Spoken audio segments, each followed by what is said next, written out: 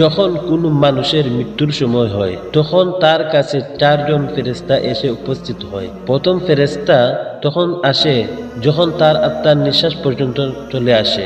তখন তাকে প্রশ্ন করা হয়, আজ তোমার শক্তিশালী শরীর কোথায় গেল? যখন আত্মা পুরোপুরি বের হয়ে যায় তখন তৃতীয় ফেরেশতা এসে বলে, আজ তোমার ধন সম্পদ কোথায় গেল? দুনিয়াতে যা নিয়ে তুমি গর্ব করতে। এরপর যখন জানাজায় উঠানো হয় তখন তৃতীয় ফেরেশতা এসে বলে, আজ তুমি এমন এক লম্বা সফরে বের হচ্ছ যা এর আগে কখনো করো না। আজ তোমাকে এমন এক ঘরে শোয়ানো হবে যেখানে নিঃশ্বাস ফেলানোর জায়গা পর্যন্ত নেই। যখন তাকে কবরে শোয়ানো হবে তখন চতুর্থ ফেরেশতা এসে বলবে, কাল পর্যন্ত তুমি জমিনে চলাচল করেছ, আজ তুমি জমিনের নিচে শুয়ে আছো। কাল তুমি হেসেছিলে, আজ তুমি কান্না করছো। কাল পর্যন্ত সবাই তোমার সঙ্গী ছিল, কিন্তু আজ তুমি একা।